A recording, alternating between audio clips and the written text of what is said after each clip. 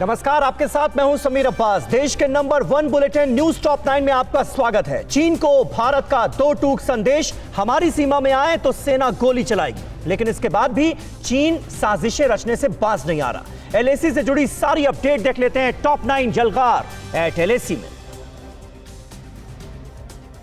LAC पर तनाव के बीच भारत ने चीन को दो टूक संदेश दे दिया है कि अगर भारतीय सीमा में चीनी सेना आएगी तो फिर सेना गोली चलाएगी। अपनी सुरक्षा के लिए भारत फायरिंग भी करेगा, साथ ही भारत अपनी पोजीशन से पीछे नहीं हटेगा। चीन के अड़ियल रवैये से एलएसी पर तनाव बरकरार है। घुसपैठ करने वाला चीन अपनी गलती नहीं मान रहा। एलएसी उल्लंघन की बात चीन स्वीकार नहीं कर रहा। बातचीत में चीन को भारत ने दो टूक संदेश दिया है कि जो पहले आगे आया वही पहले वापस जाएगा। भारत और चीन के बीच एलएसी पर जारी तनातनी को खत्म करने के लिए जल्द ही दोनों देशों के बीच कमांडर स्तर की 7वें दौर की वार्ता शुरू हो सकती है। कमांडर लेवल की बैठक के अलावा WMCC की मीटिंग भी जल्द हो सकती है।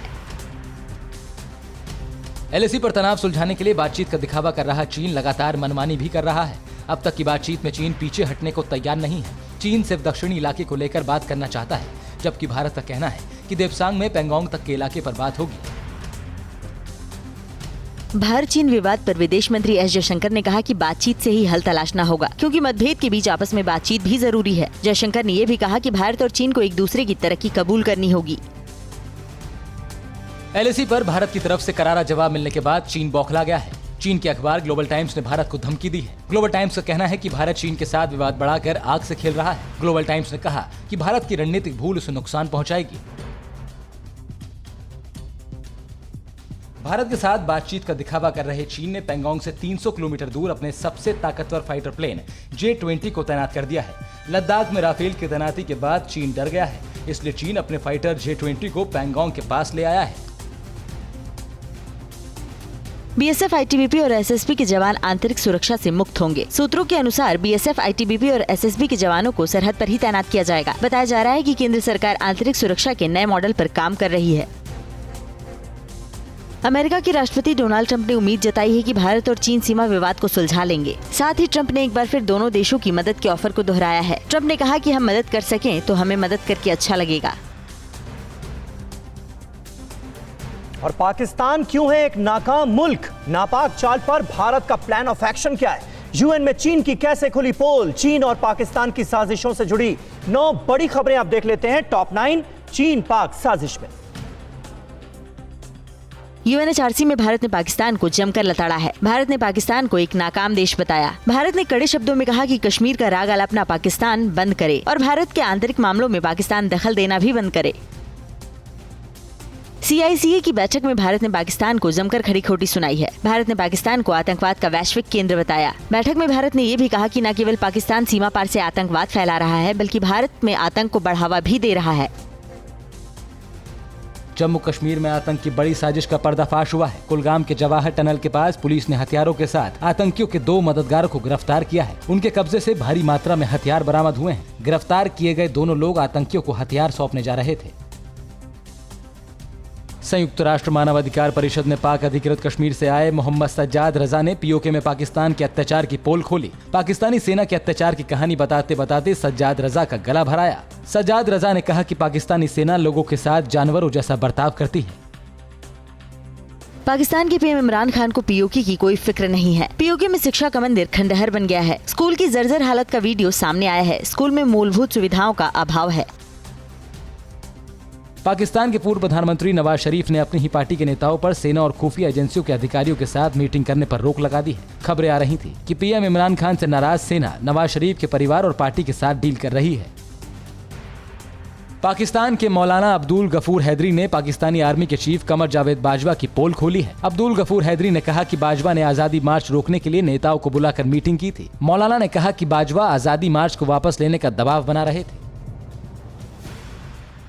संयुक्त राष्ट्र मानवाधिकार परिषद में मानवाधिकार कार्यकर्ता हिलेल ने चीन में उइगर मुसलमानों पर हो रहे जुल्म का मुद्दा उठाया। चीन के प्रतिनिधि ने हिलेल को रोकने की कोशिश की। इस पर हिलेल ने सवाल उठाया कि आखिर चीन संयुक्त राष्ट्र मानवाधिकार परिषद में शामिल क्यों है। अफगानिस्तान से सिख समुदाय के 357 शरणार्थी भारत पहुंच चुके हैं। मार्च में काबुल में हक्कानी और पाकिस्तानी आतंकी लश्कर के हमले में 30 सिख मारे गए थे, जिसके बाद इन लोगों ने भारत में शरण की गुहार लगाई थी।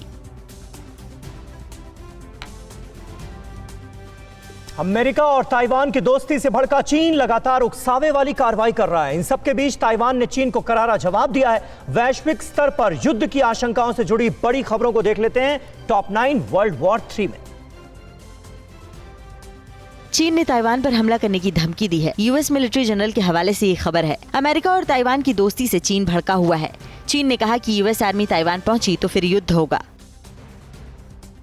चीनी अखबार ग्लोबल टाइम्स के मुताबिक चीनी सेना ताइवान में बढ़ती अमेरिकी सेना की दखलंदाजी का बदला लेगी। पीएलए युद्ध भी कर सकती है। खबर है कि ताइवान की मदद के लिए अमेरिकी सेना वहां पहुंचने लगी है।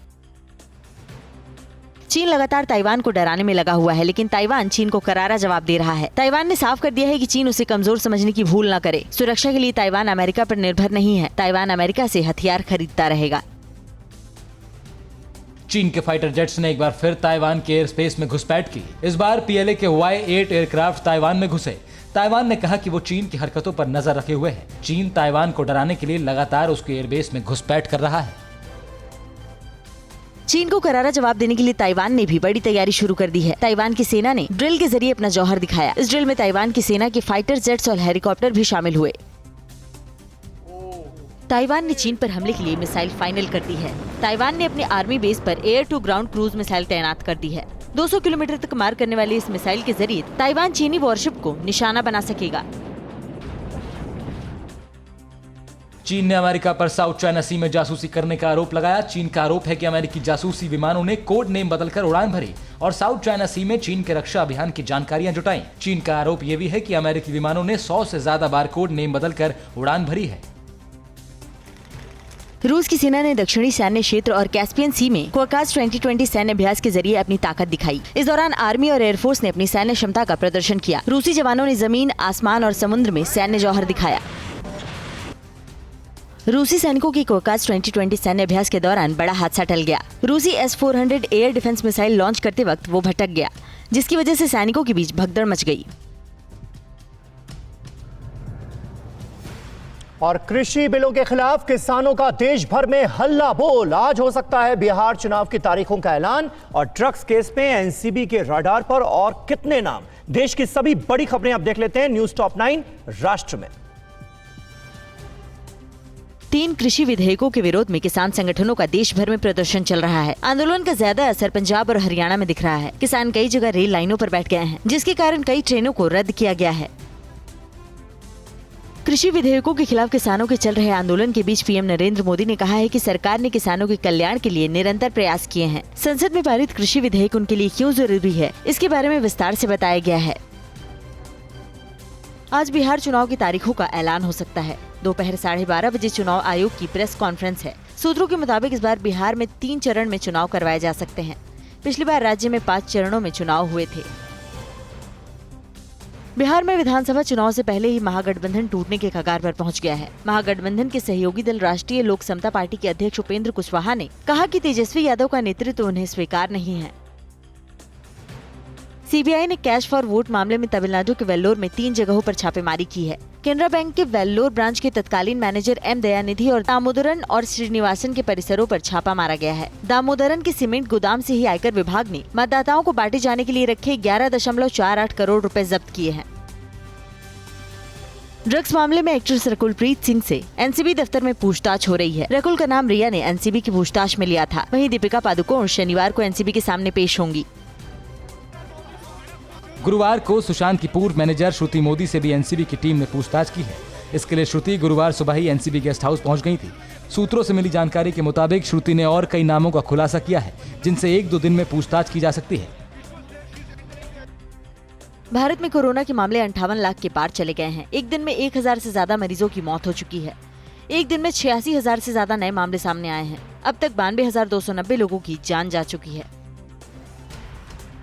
कोरोना से पीड़ित दिल्ली के डिप्टी सीएम मनीष सिसोदिया की तबीयत बिगड़ने पर उन्हें LNJP अस्पताल से मैक्स में शिफ्ट किया गया। खून में प्लेटलेट्स की लगातार कमी को देखते हुए उन्हें मैक्स अस्पताल में भर्ती किया गया है। और राजस्थान के डूंगरपुर में प्रदर्शनकारियों ने पुलिस पर क्यों किया पथराव और कहां बिल्डिंग के मलबे से 10 घंटे बाद जिंदा निकला शख्स। राज्यों से जुड़ी सभी अहम खबरें अब देख लेते हैं टॉप 9 राज्य में।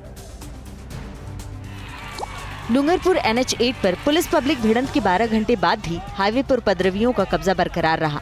रात भर पुलिस पर पथराव करते रहे उपद्रवी। एसपी की गाड़ी सहित दर्जनों गाड़ियां फूंक डाली। शिक्षक भर्ती परीक्षा में धांधली का लोग विरोध कर रहे हैं। यूपी के संभल स्थित खग्गूसराय में बच्चों के झगड़ों में हुए भिड़ंत में गोली लगने से एक शख्स की मौत हो गई है। आरोप है कि अस्पताल में इलाज नहीं मिला। परिजनों ने डॉक्टर के खिलाफ कार्रवाई की मांग की है। दिल्ली से सटे फरीदाबाद के आदर्श नगर में एक युवक को चाकुओं से गोदकर घायल कर दिया गया। युवक को गंभीर हालत में इलाज के लिए अस्पताल में भर्ती कराया गया। सीसीटीवी में पूरी वारदात कैद हो गई। पुलिस मामले की जांच में जुटी हुई है। मुंबई की भिवंडी में बिल्डिंग के मलबे से 10 घंटे बाद एक शख्स को जिंदा निकाला गया। एनडीआरएफ की टीम ने बिल्डिंग के मलबे से 42 साल के खालिद खान को सुरक्षित बाहर निकाला। सोमवार को भिवंडी इलाके में 3 मंजिला इमारत गिरी थी। यूपी के सोनभद्र से दिल दहला देने वाला मामला सामने आया है, जहां धर्म परिवर्तन न करने पर पति ने धारदार हथियार से पत्नी की हत्या कर दी। मृतक प्रिया ने धर्म परिवर्तन करने से इनकार कर दिया, जिससे नाराज होकर एजाज ने उसकी हत्या कर दी। पुलिस ने एजाज और उसके दोस्त को गिरफ्तार कर लिया है। एनआईए ने बेंगलुरु हिंसा के मुख्य आरोपी सैयद सादिक अली को गिरफ्तार कर लिया है। साथ ही एनआईए ने छापेमारी के दौरान कई अहम दस्तावेज भी बरामद किए। सोशल मीडिया पर भड़काऊ पोस्ट को लेकर 11 अगस्त की रात हिंसा भड़की थी, जिसमें भीड़ ने कांग्रेस विधायक आर अखंड श्रीनिवास का घर फूंक दिया था। हिंसा मामले में 300 से ज्यादा आरोपियों की गिरफ्तारी हुई थी। पश्चिम बंगाल के हावड़ा में ट्रिपल तलाक की मुख्य याचिकाकर्ता और बीजेपी नेता इशरत जहां पर जानलेवा हमला हुआ। हमले में इशरत जहां को गंभीर चोट आई है। पुलिस को दिए बयान में इशरत जहां ने कहा कि वो अपने घर में सिलाई कर रही थी, तभी पूर्व पति और जेठ ने उस पर धारदार हथियार से हमला कर दिया और घर में रखे पैसे भी लूट लिए। पुलिस ने केस दर्ज कर आरोपियों की तलाश शुरू कर दी है। राजस्थान के जयपुर में महिलाओं की सुरक्षा के लिए निर्भया स्क्वाड का गठन किया गया। निर्भया स्क्वाड में महिला कांस्टेबल शामिल हैं, जो शहर में भीड़भाड़ वाली जगहों पर पेट्रोलिंग करेंगे। निर्भया स्क्वाड में शामिल 215 महिला कांस्टेबलों ने बाइक पर सवार होकर शहर में फ्लैग मार्च किया। पंजाब पुलिस ने पाकिस्तान से ड्रग्स तस्करी की बड़ी साजिश को नाकाम कर दिया है। तरन में पाकिस्तानी सीमा से सटे खेमखरन सेक्टर से पुलिस ने 13 किलो हीरोइन के साथ 2 पाकिस्तानी तस्करों को गिरफ्तार कर लिया, जबकि एक तस्कर मौके का फायदा उठाकर फरार हो गया, जिसकी तलाश जारी है। क्या आप पर भी बरपा है जालसाजी का कहर? सपने टूटे आपके, न घर के न घाट के।